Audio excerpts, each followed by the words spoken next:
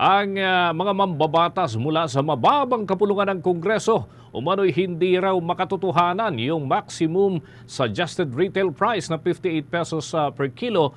Ayon yan sa kanila, batay nga doon sa naging pakikipag-usap sa mga opisyal ng Department of Agriculture. May balita si Bombo Annalise Soberano.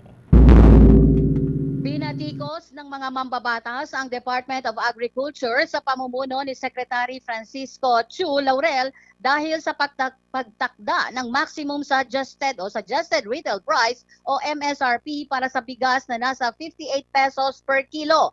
Ang nasabing hakbang ng Department of Agriculture ay tinawag na hindi makatotohanan at hindi makakatulong sa mga consumers. Nagpahayag ng pagkadismaya si Deputy Majority Leader at Iloilo 1st District Representative Janet Garin sa nasabing plano ng Department of Agriculture. Sa interpelasyon ni Garin sa pagdinig ng Quinta Committee, kanyang nasambit sa ang planeta nang galing ang nasabing plano ng ahensya.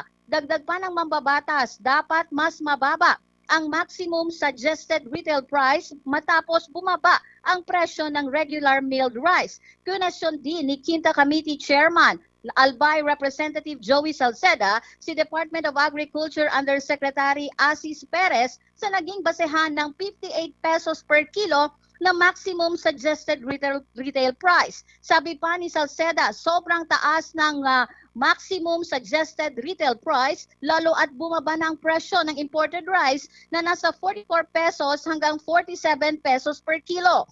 Bumaba din ang buying price ng palay. Dinipensa naman ni Perez na ang 58 pesos na maximum suggested retail price ay bahagi ng pilot program ng ahensya dito sa Metro Manila. Ito ay dinisenyo para tugunan ang mataas na presyo ng bigas mula 62 pesos hanggang 64 pesos per kilo. Gayunpaman, hindi kumbinsido ang mga mambabatas sa paliwanag ng Department of Agriculture at sinabing maling solusyon ito. Samantala, kwinestyon din ni Representative Reginald Biron ang Department of Agriculture kung mayroon ba talagang pangangailangan na magdeklara ng food emergency security lalo at bumaba na ang presyo ng bigas. Tugon naman ng Department of Agriculture, may pangangailangang magdeklara ng emergency sa bansa lalo kung mayroong hindi maipaliwanag na pagtaas ng presyo. Sa ngayon, ayon sa Department of Agriculture, nasa proseso pa sila sa pagbuo ng nasabing resolusyon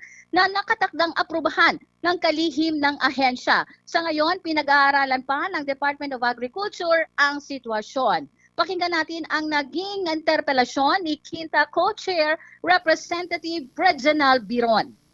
How did you formulate the maximum suggested retail price? Obviously, yung basis ninyo is the landed cost. Don't you realize that supply of rice in this country is dependent on domestic production, which represents 75% of the entire consumption. So in other words, 1/4 lang ang contribution ng imported rice. Bakit naging ginagamit natin ang presyo ng imported rice, to come up with the maximum suggested retail price when domestic price is cheaper? So, instead na ma-address natin, ang lumalabas, you encourage domestic producers to take advantage. Ayag ni Quinta Co-Chairman Representative Reginald Biron mula sa Bomboan? Kamara. Yes, Bombo Dennis. Okay, so maliban dito sa issue ng bigas, ano pa yung mga pending dyan sa Quinta Committee sapagkat ito'y 5 lupon na magkakaisang gumagalaw at nagsasagawa ng mga pagdinig. So far, ano pa yung mga nakabinbin at ano pa mga topics ang inaasahan natin dyan?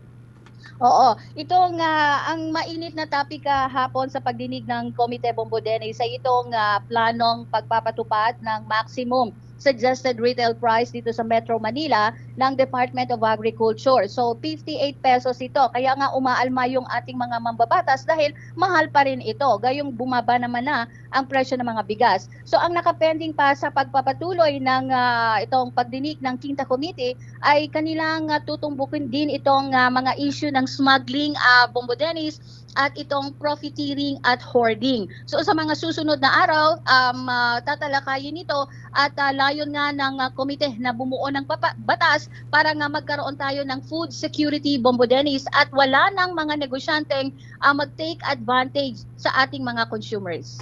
With that, maraming salamat, Bombo Anali.